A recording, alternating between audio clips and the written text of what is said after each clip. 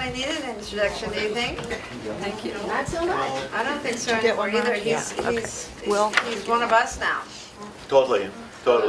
So here you go, thanks for being here. Family. Pleasure. Go for it. Thank you. I have to tell you, some of the pages were collated in a strange way, so you'll have to assemble them again in the order that I will suggest.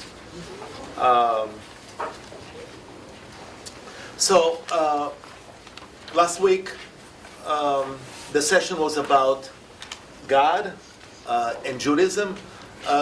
This week, I wanted to try to have a conversation about what really God wants us. For what? What do we need to do to satisfy ourselves, satisfy God? Do we need to satisfy God? So again, I'm going to go through different points, and every point will have a text attached to it that will explain the point. Last night was my last class in UNO, and I gave them the test today. Oh my God. And I didn't know that I need to read everything that they send me back. Oh my God. No one told me about this. Anyway, just a wonderful group of students. I don't know if you're aware that for $25, if you're over 62, you can take classes in UNO. So you need to be 62 and you pay 25 bucks. So I had in my class people that can afford more than 25 bucks and students that have to pay full tuition. It was very strange kind of a feeling. But they got along, which was good. Okay, so how do I know what to do? What is Judaism saying about knowing what to do in this world? I mean, we have definitely Bible. We have a lot of books in the Bible, and we have a lot of other Jewish texts. I mentioned to you last week that Judaism is a text-centered religion. We have a lot of books. We are people of the books. Not a book, but books. So there's a lot of material about how people understood the relationship between them and God. And of course, everyone that has relationship has to write a book. And by the way, the books are becoming more esoteric the more we move into 2016, 17, 18.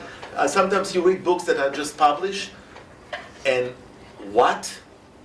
Not every dream that everyone has, they have to go in a book. I mean, not every act is spiritual act. So sometimes you get a lot of those kind of materials. So you have to be very careful in what books you read. By the way, one way to know where America is moving is to go to Barnes & Noble or your favorite bookworm store and to see all the books that are in the front and what is the topic. More and more, 30 minutes in knowing how to cook, 30 minutes of, there are young people here, sex, 30 minutes, I mean everything is 30 minutes, fast now, you know, there's no more conversation, there's no more time, everything is rushed, everything is has to be done now immediately, and I think we're losing some of what exactly life is all about if we are trying to push it and to a 30-minute segment. Okay, so we are told, and this is the first text, we are told to imitate God. So Judaism is about imitation of God. How do I know what God does? Well, I open God's book. I mean, a diary of God. I think there's material for everyone. I don't know where the leftover. There too. It's up there on the floor. Okay, so I just started. It's okay, you didn't miss anything. Well, we usually tell people it starts at 6:45. Oh, We started. well, last time. We started you early because we like you and we want to work. But we didn't tell So them. I'll repeat again what I said. No, just kidding. That's what I do when I used to be a rabbi. I will tell my people that if I hear their phone ringing in the middle of the worship service, I'm going to start again from the beginning. And you never hear any more cell phones ringing. You used to be a rabbi? I thought you were still a rabbi. I'm a rabbi, but I'm retired, so which is fantastic, which is great. Yeah, a rabbi is a rabbi is a rabbi, but you know, everyone has. Okay, so look at text number 1. Text number 1, the next page, or I don't know where you're going to find it, but it's there in the material. It's from the Babylonian Talmud, Tractate Sota, page 14a. So if you want to open the pages of the Talmud, and of course Talmud is the collection, the anthology, after the Bible was already canonized. So you have the Bible in Judaism. Of course you have the 5 books of Moses that are a little bit in a higher level of holiness. And then you have the writings, you have the prophets and the writings. And then you have the Mishnah.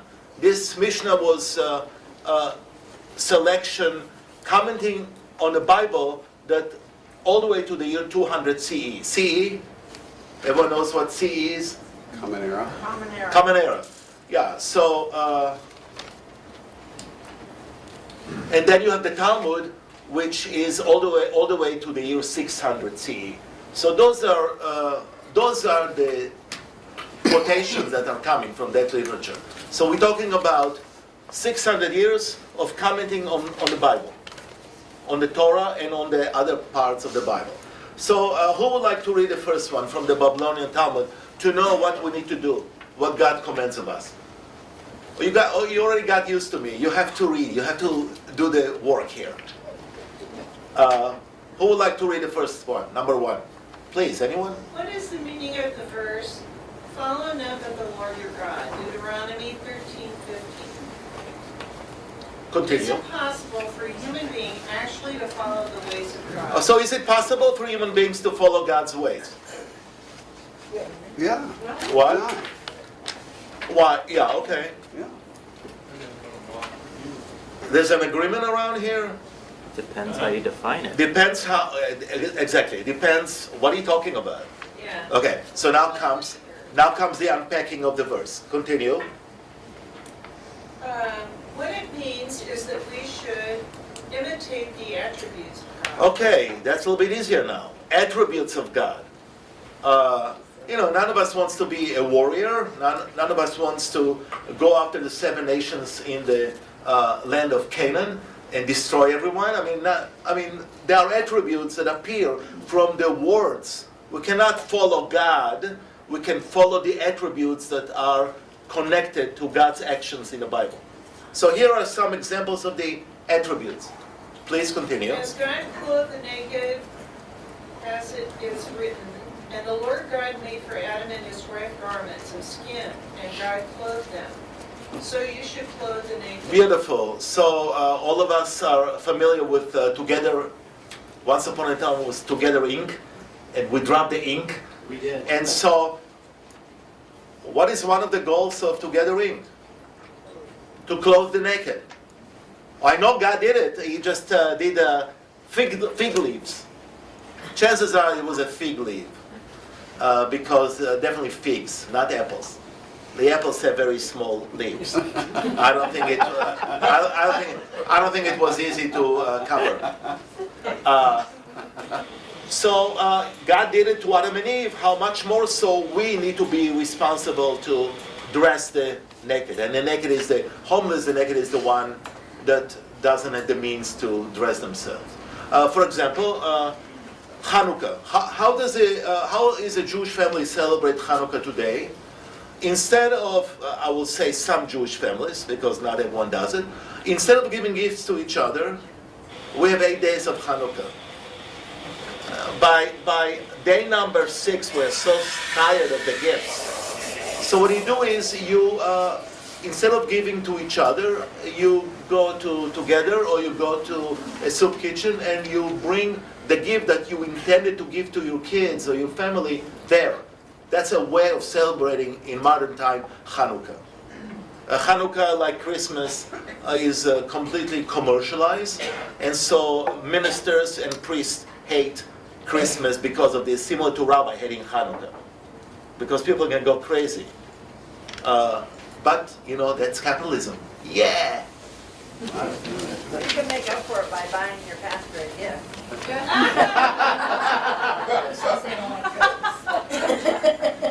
No comment. You're very direct, that's why I love you. So this is about dressing the naked. Next one, please. As God visited the sick, as it is written, the Lord appeared to Abraham by the Terubin of Mamre. When is the God appearing to Abraham? After what? What happened to Abraham that morning? Yeah, you can say it loud. He circumcised himself. I know. So he was what? Abraham at age, he was about 80. Circumcising one at age 80 is a little bit more problematic. That's how we do it at the 8th day. The 8th day, although the child doesn't walk for 2 years after that, the child definitely is moving away from the trauma. But similar to God visiting Abraham, then we are responsible to visit the sick. By the way, we have all instructions how to visit the sick in Judaism, to every detail. For example, I don't know if you know, but when you go to a hospital room, you're never supposed to stand erect in front of the patient. You have to sit in a lower place than the person in the bed, because you don't want to appear robust while the person in the bed is weak. You also never sit on the bed, ever. And you never sit at the head of the bed, because that's where God is. According to tradition, God is there to provide the support and the help for the person who is sick. And then you never visit in the first 3 hours of the morning after sunrise, and you never visit the last 3 hours of the day. Because in those days, what do we know about the patient? What happens in the first 3 hours of the morning in a hospital room? God, I hope you don't know. They die. What happens? They die. Or they more tend to... No, it's not so much about death, it's the condition of the patient. Usually what happens the first 3 hours? After a whole day of... The visitation. A what? The nurse takes care of them, they give them a bath, they change- Exactly, it's about the modesty and the privacy of the patient. So you don't visit the first 3 hours and the last 3 hours, because he's getting ready to go to bed. Do hospitals know these rules and follow them? Only when they invite clergy to tell them that. Set rules and set visitation rules by that, or do they not even know that? They don't know that. They don't know that. That's why, for example, I walked into Methodist many years ago, and I saw there was a Holocaust survivor in bed, and the nurse was dealing with his arm, injecting things as a piece of meat without realizing, without understanding what the number is, number on the arm. So I of course, I will never embarrass anyone in public. I took her outside and tried to explain to her that there is a holiness in the visit of people. And you should touch the patient not only through the injection, to find a way of giving some warmth and some comfort. And as a result of this conversation, a bunch of us clergy from this town come to the hospitals to teach them about the different traditions. The way one needs to treat a Muslim patient, a Jewish patient, a Catholic patient. We all have a Baha'i patient. We all have different ways of dealing with this. And so it took years for the hospitals to understand what they need to do. And those panels are extremely important, yes. Oh, I'm just listening. I'm surprised that some things you're By the saying. way, you're not supposed to go visit a person that has stomach problems, because again, this vulnerability, embarrassing someone. So you know, it's a careful visit. When you visit someone in the hospital or at home, it's like visiting a sacred location. There's a holiness there, and you have to treat that visit, definitely not to walk straight from the corridor, and to remember also that it's not about you. That's crucial. To recite a prayer outside before you enter, definitely wash the hands before, wash the hands after. But I mean, it's It's the holiness of the moment. Visitations is very important. It's a commandment in Judaism. You must visit the sick. And we know it from God. Next one, please. As God comforted the mourners, as it is written, after the death of Abraham, God blessed his son Isaac, so you should comfort the mourners. Yeah, going to a funeral. Once upon a time in this town, when someone in a business was died, the entire shops of Jews closed the shops and went to the funeral. It's a mitzvah in Judaism to go to a funeral of someone that you care about. And then, for example, there are instructions of what to do there. There is a commandment the moment you hear about the death of a person that is close to you, that you need to tear your garment.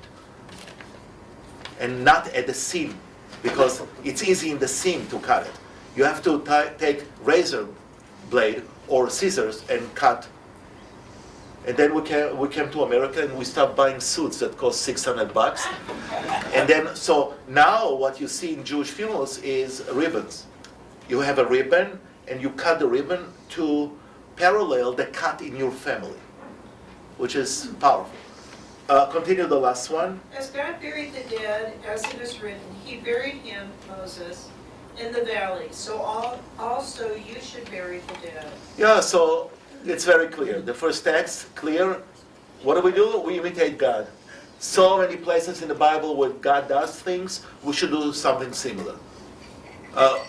We don't have anyone else to follow. It's only God that Judaism recommends to follow. Again, the attributes. Remember again that Maimonides suggests that we always talk about God in negative attributes. What God is not what God is. I mentioned it last time, because when you mention what God is, you are limiting who God is, because our language is never adequate to describe God. We're human. God is not human. So that's why it's important to say what God is not. Okay. The next place is text number 2. Who would like to read text number 2, please? I will. Love your neighbor as yourself. Leviticus 19:18. Rabbi Akiva said, "This is the greatest principle of the Torah." Ben Azai quoted the verse, "This is the book of the generations of Adam. In the day that God created man, in the likeness of God made he him." Genesis 5:1. He said, "This is a principle greater than that." So 2 rabbis, they have a little bit more free time. They're not busy in kissing babies and doing other work. So they argue about what is the most important verse in the Bible, in the entire Bible. So what are the 2 approaches? One says what? One rabbi says what? Love your neighbor as thyself, which is a very complicated statement. Think about this. I mean, it's confusing a little bit. As I love myself, how do I do? Who is my neighbor? I mean, there's complication. What does the other rabbi suggest? The most important verse is what? To what? Love God. No, it's not love God. It's that God made us in God's image. That's the most important. Why is that? What is the nuances of each of the statement? Why one is correct and one is less? And you know from the way I'm presenting it that I like the second one. That all of us are created in God's image. That's enough to provide the relationship between you and your neighbor. So God requires us to do what? If we are in God's image, that's enough of an opening for you to have a relationship with Muslims, with Jews, with Christians, with anyone. That's enough. Because then you realize that every one of us has, in essence, God's image inside of us. That should be part of our mission statement. Are you writing it down, Chris? This should be in the mission statement. I think this is the basic. I think it's absolutely the basic. That each of us is created in God's image. It is in the mission. Yeah. Of course, we took the best verses. Okay. Now comes a section about the holiness. When you say the word holy, what it resonates inside of you? Blessed. What? Blessed. Blessed. Sacred. Sacred. Beautiful. What? Perfection. Perfection. Yes. Any other comments about holy? So look at what we need to do. We need to try to imitate God by being holy ourselves. So here comes text number 3 in Leviticus, which is called the Holiness Code. This is this chapter 19 in Leviticus, is without leprosy and without those ugly things that are crazy in Leviticus. Everyone loves this chapter because it's the Holiness Code. It tells you exactly how to be holy. You ready? This is also the chapter that we read at the end of the Day of Atonement, Yom Kippur, in the synagogue. So we have afternoon reading from the Torah, and we have morning reading. The afternoon reading, before they leave into their break the fast meal, which everyone leaves the synagogue early because they need to warm up the kugel at home. God forbid they will come 5 minutes later. Anyway, it's fascinating. I don't have to see it anymore. Actually, so these last high holidays, I was invited to be a rabbi in Kauai. I mean, what a punishment for a rabbi to do the high holidays in Kauai. And guess what? They also leave before the end. So even people in Kauai, it's like there's some kind of a Jewish disease that is all over the world. Because the last act is to hear the final blast of the shofar. So they leave before to prepare the meal for breaking the fast. Granted, they are hungry, tired, they sat all day in the synagogue, they need to go home. Anyway, so here is the chapter. Who would like to read this chapter? Yes, please. The Lord spoke to Moses, saying, "Speak to the whole Israelite community and say to them, you shall be holy, for I, the Lord your God, am holy." So we need to continue imitating God. God is holy. We need to be holy. How do we become holy? Please continue. You shall each revere his mother and his father, and keep my Sabbaths. I am the Lord. I the Lord am your God. When you reap the harvest of your land, you shall not reap all the ways to the edges of your field, or gather the gleanings of your harvest. You shall not pick your vineyard bare, or gather the fallen fruit of your vineyard. You shall leave them for the poor and the stranger. I, the Lord, am your God. You shall not steal. You shall not deal deceitfully or falsely with one another. You shall not swear falsely by my name, profaning the name of your God. I am the Lord. You shall not defraud your fellow. You shall not commit robbery. The wages of a laborer shall not remain with you until morning. Go on next page. Not the other side of the page, but the next page. You shall not insult the dead. You see it? I'm sorry, it was collated by me. The third page. Third page, thank you. You'll have to set up the pages in order, I'm sorry. You shall not insult the deaf, or place a stumbling block before the blind. You shall fear your God. I am the Lord. You shall not render an unfair decision. Do not favor the poor or show deference to the rich. Judge your kinsmen fairly. Do not deal basely with your countrymen. Do not profit by the blood of your fellow. I am the Lord. You shall not hate your kinsfolk in your heart.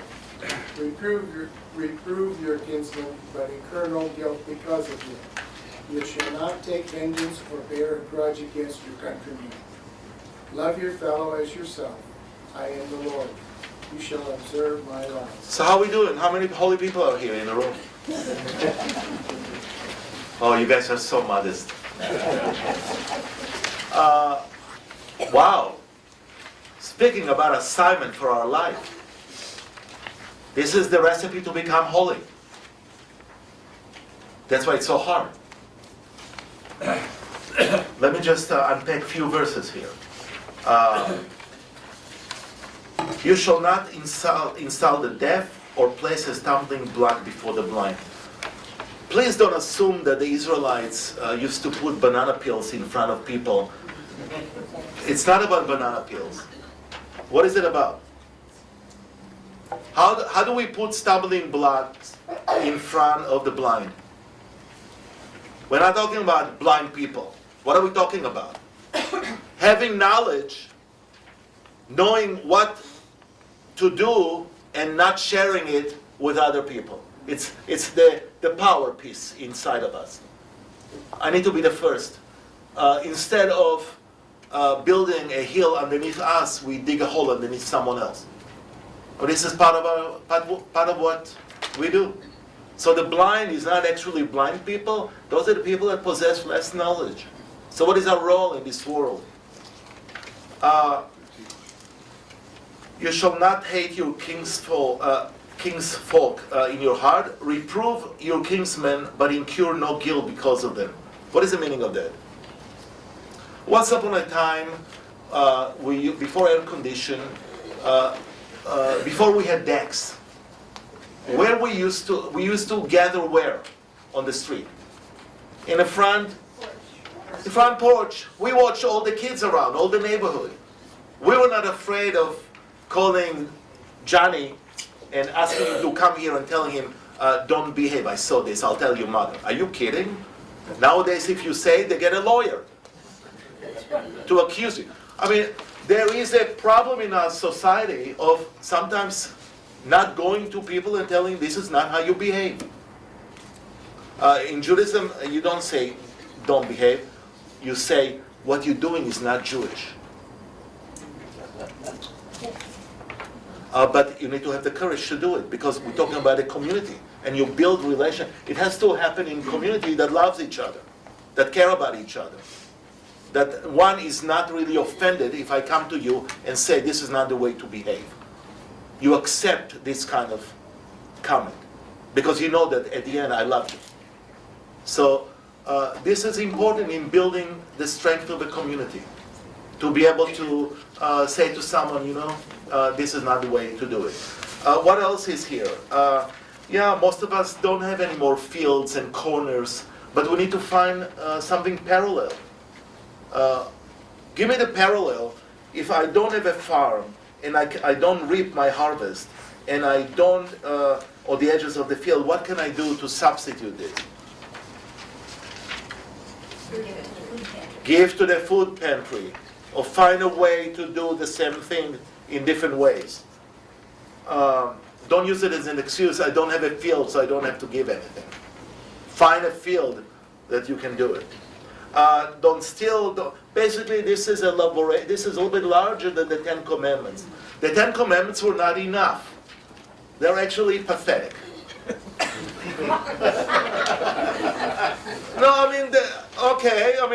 But for their day, For their day, they were fantastic.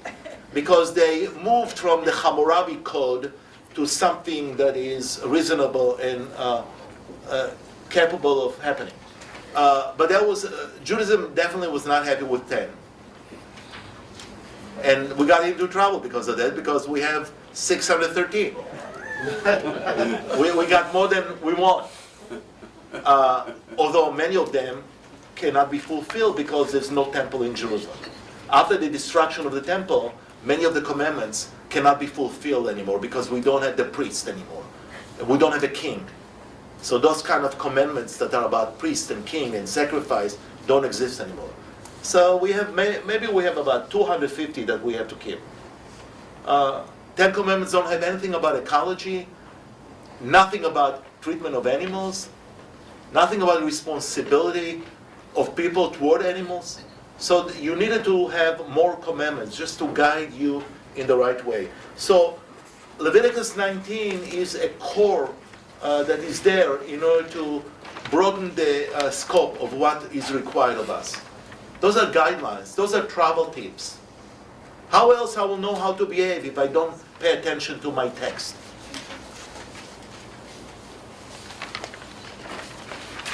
Any questions until now? Anything that... Oh, come on. I mean, you have to give backs, like yell at me me or argue with me or something. Don't get so comfortable in your chairs with the coffee. Okay, text number 4. Now, is that any way to behave? It what? Is that any way to behave? Of course. No, I have to tell you that I'm definitely experiencing differences between facing Jews and facing you. You guys are so polite. What's wrong with you? Well, I do have a question about the Ten Commandments. Yeah. If you are looking at the Ten Commandments as your relationship with God as well as how you behave toward one another, does it not encompass all these things?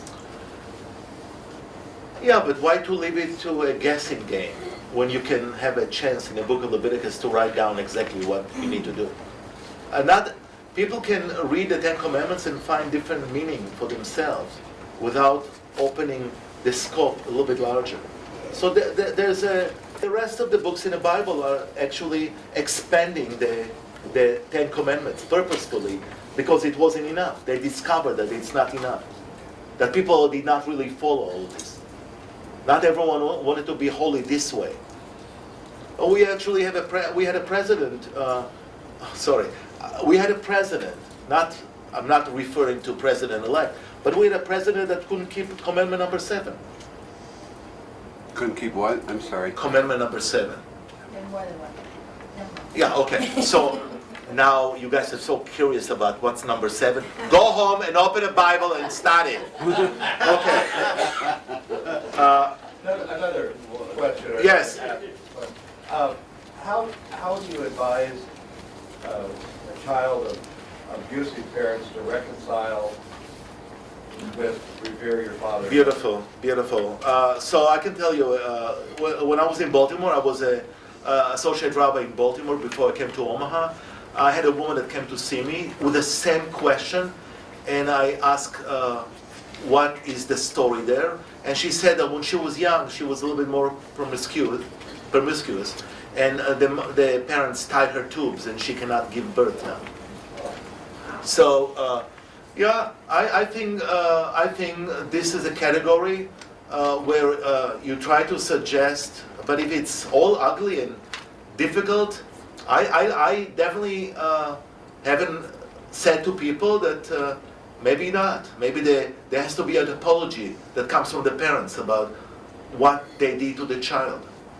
I don't think that is granted automatically. Parents have to work in order to earn the respect and the reverence. Kids have to work in order to gain it. Yeah, we all know that. I think sometimes we appear to our children as mystifying giants, scaring the hell out of them. I think we need also to learn how to apologize to our kids.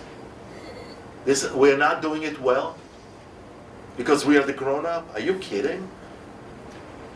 But in this day and age, isn't it necessary to get child protective services involved and things like that? Yeah, thank God for that. Yeah. Yeah. Hopefully, if there's an abuse, then people need to come to the. I think that's what he was referring to. Yeah. But how many cases there are that the child protective services are not aware of? So what do you do there?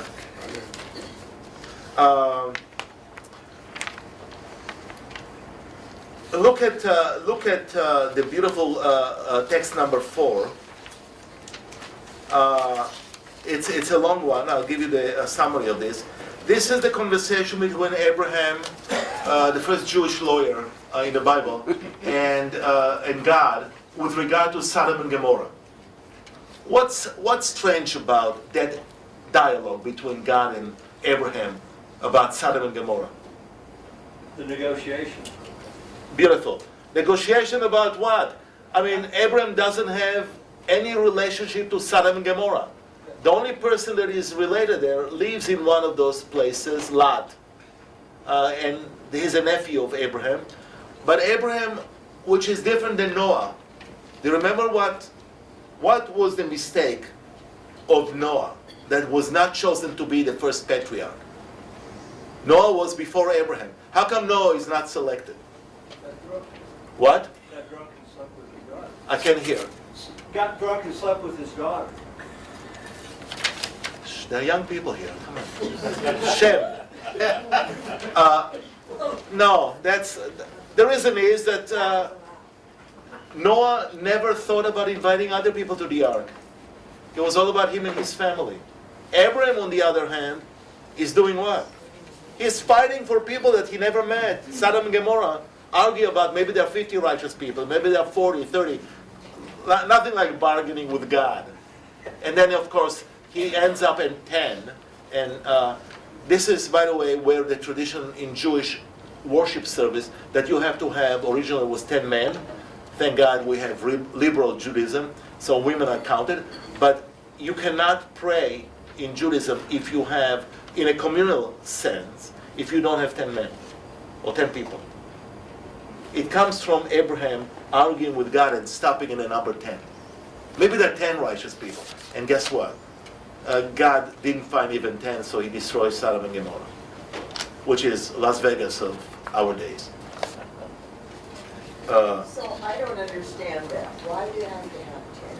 Because the community is important in Judaism, which is my third installment next week. So I'm trying to work on those three notions. God, our responsibility as a result in the relationship, and the third one is the community, which is essential. So if you don't have 10 people, something is missing. So actually what happens in sometimes, you have 9, you better find someone, call someone to be there so they can have 10, so they can pray. People can still pray personally, but that prayer is not a communal prayer. Jewish prayer is all with the language of plural, never singular. We say our God and God of our father Abraham, God of our father Isaac, God of Jacob, our God. It's always our in a plural as a result of the need to have a community praying there, instead of a singular attempt to save oneself. It's community in a worship mode. So that would be like the Lord's Prayer. Our Father. Yeah, our. Not my father, our Father.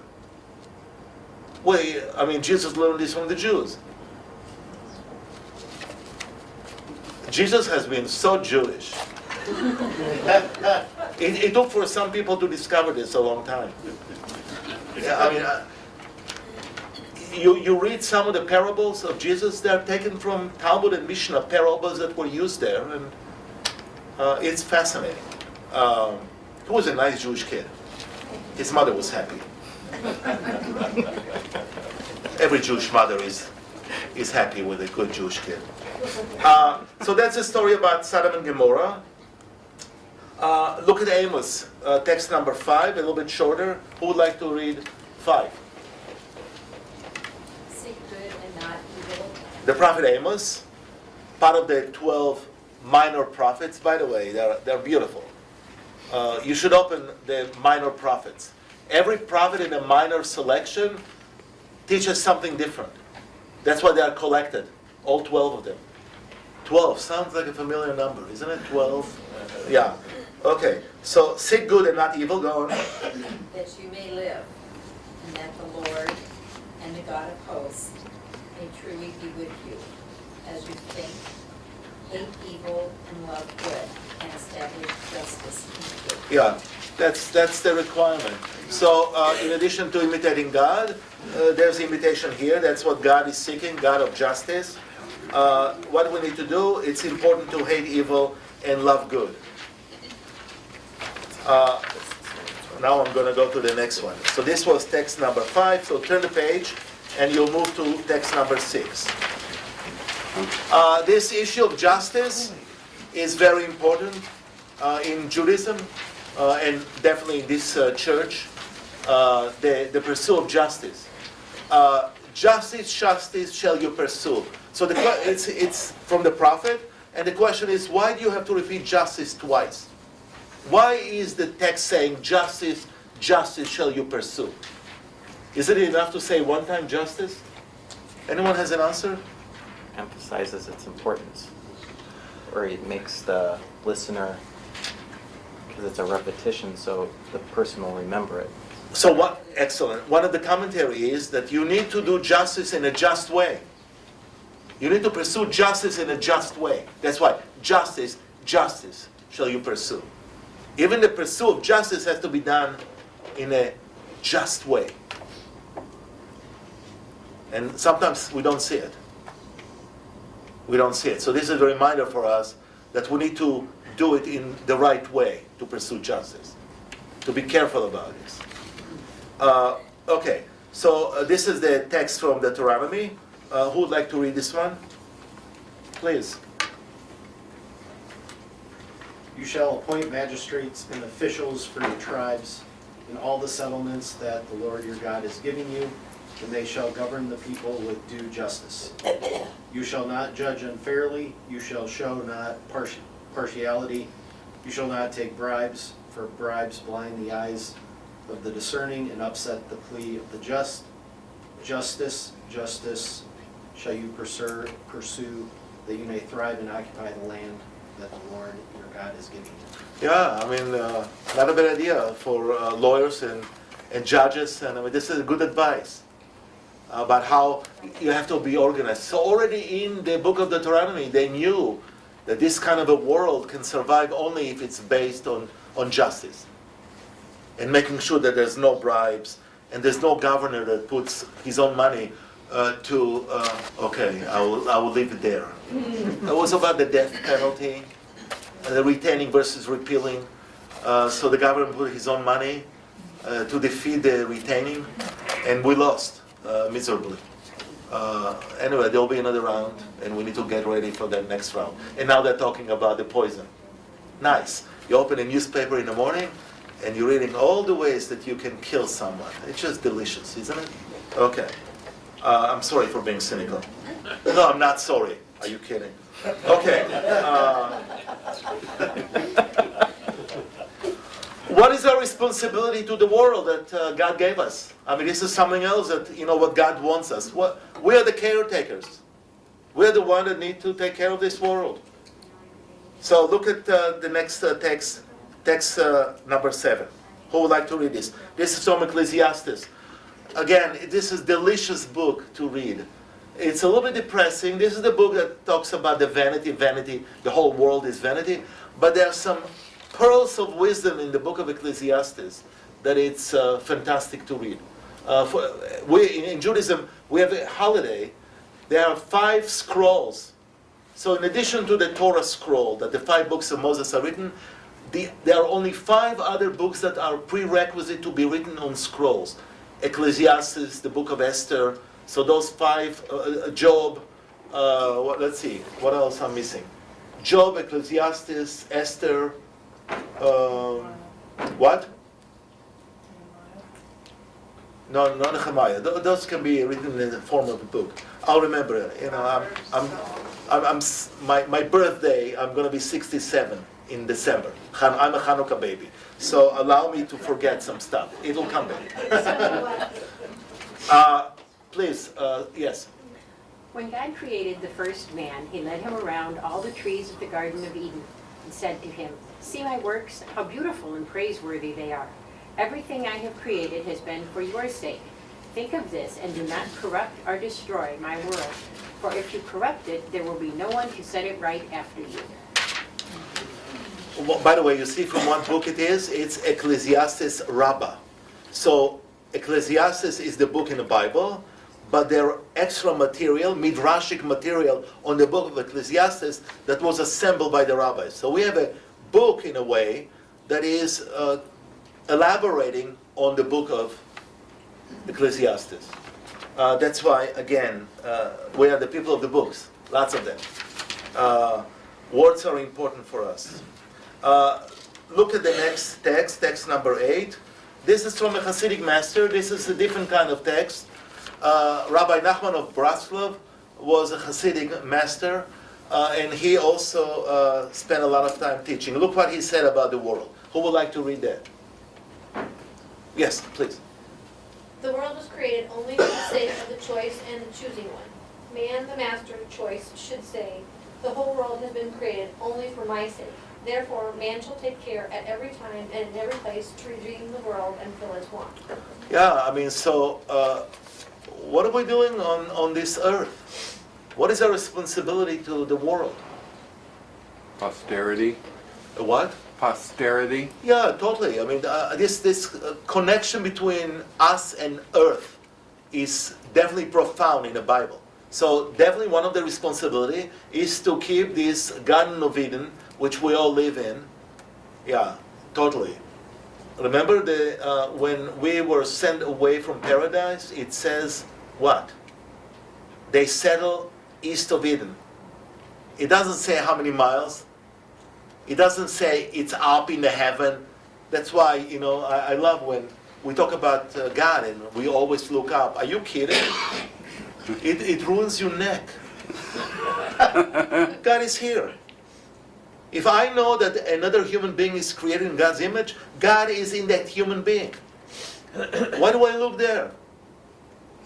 For a paradise. Paradise is what we make out here. But it takes responsibility on our part. Global warming. Wow. Yes.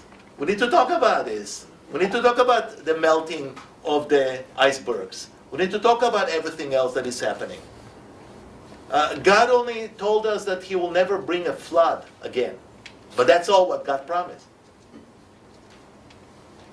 God can, with our help, destroy what we have here in other measures. So that's what the rabbi said, Nachman of Breslov. So now there is a book, text number 9, called Ethics of the Father. It's part of the Mishnah.